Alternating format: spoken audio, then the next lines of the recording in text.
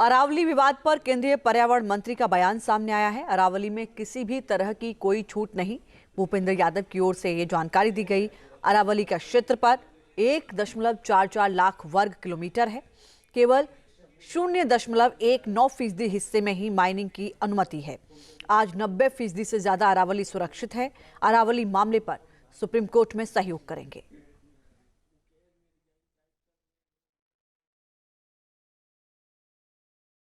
अरावली में कोई भी रिलैक्सेशन नहीं किया गया।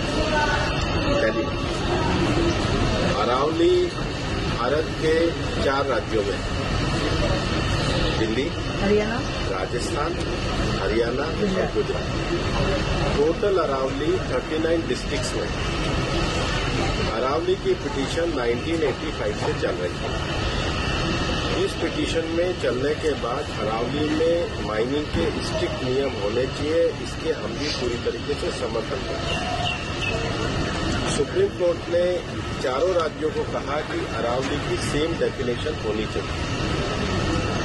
सेम डेफिनेशन में 100 मीटर को, जो कि 1968 का जो जियोलॉजी का स्टडी है रिचर्ड मॉर्फी, उसके कारण कुछ यूट्यूब चैनल ने और कुछ लोगों ने एक कंफ्यूजन खड़ा कर दिया कि 100 मीटर का अर्थ होगा टॉप के 100 मीटर। ऐसा नहीं है। उसका जो बेस स्ट्रक्चर है, जो पर्वत का बेस स्ट्रक्चर है, अगर वो जमीन के अंदर भी 20 मीटर है, वहां से लेके 100 मीटर तक प्रोटेक्शन है। तो जो 100 मीटर का प्रोटेक्शन है, जो लोगों ने कंफ्यूजन करा कि मतलब ऊपर का 100 मीटर है, नीचे खुदाई कर सकेंगे, वो नहीं। मैं आपको फिर क्लियर कर रहा हूं। 100 मीटर का अर्थ है टॉप 100 मीटर से बॉटम के अंदर तक जो उसका पूरा फैलाव है। पहाड़ी तो ऐसे होती है, उसका बॉटम तो बड़ा होता है, जहां तक उसका बॉटम जाएगा वहां से लेके 100 मीटर तक प्रोटेक्शन है। और अगर एक पहाड़ी और दूसरी पहाड़ी के बीच में 500 मीटर का ही गैप है, तो वो जमीन भी अरावली रेंज मानी जाएगी। इस डेफिनेशन के आने के बाद 90% से ज्यादा एरिया प्रोटेक्टेड एरिया में आ गया।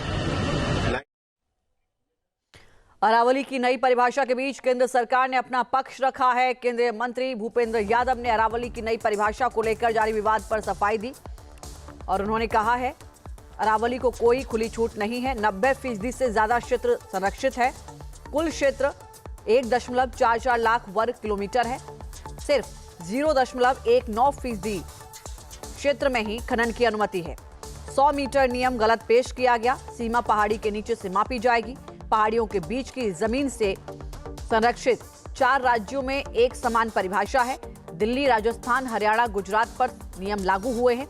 सुप्रीम कोर्ट के निर्देशों के अनुसार नियम सरकार का मकसद संरक्षण करना है, नुकसान पहुंचाना नहीं है।